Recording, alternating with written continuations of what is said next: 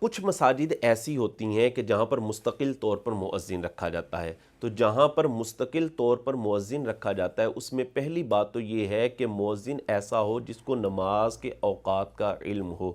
اس لیے کہ اگر وقت سے پہلے اذان دے دی جائے تو وہ اذان نہیں ہوتی، اور اس اذان کا دہرانا یہ لازم ہوتا ہے، واجب ہوتا ہے۔ اور دوسری اس میں بات یہ ہے کہ جہاں پر مستقل مؤذن رکھے جاتے ہیں وہاں پر یہ بات بھی ضروری ہے کہ مؤذن باشرع ہونا چاہیے، فاسق نہیں ہونا چاہیے، داڑھی منڈا نہیں ہونا چاہیے، ایسا شخص کہ جو اپنی داڑھی کو کٹواتا ہے، ایک مٹھی سے کم کرتا ہے، خشخشی رکھواتا ہے،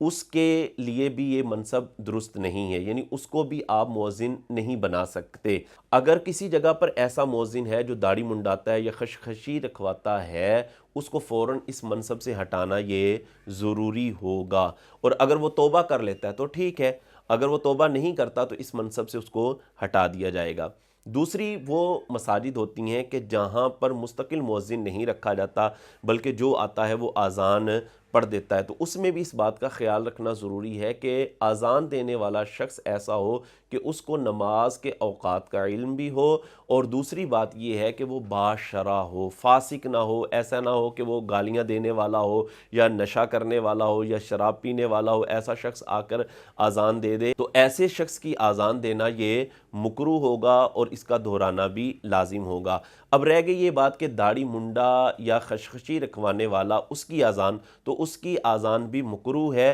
اور فتنہ نہ ہو تو صحیح قول کے مطابق اس کا دہرا لینا بھی بہتر ہوگا۔ اس میں اگلی بات یہ ہے کہ عورت کا اذان دینا، عورت کا اذان دینا یہ گناہ ہے، اگر عورت اذان دے گی تو اس کی اذان کو لوٹانا دہرانا واجب ہوگا۔ ناسمجھ بچے کی اذان درست نہیں ہے، ہاں اگر بچہ سمجھدار ہے، اذان کے کلمات کو، اذان کے طریقے وغیرہ کو جاننے والا ہے تو اس کا اذان دینا یہ درست ہوگا۔ اسی طرح اگر کوئی نشئی ہے تو نشئی کی اذان بھی مکروہ ہے اور اس کا دہرانا بھی واجب ہوگا۔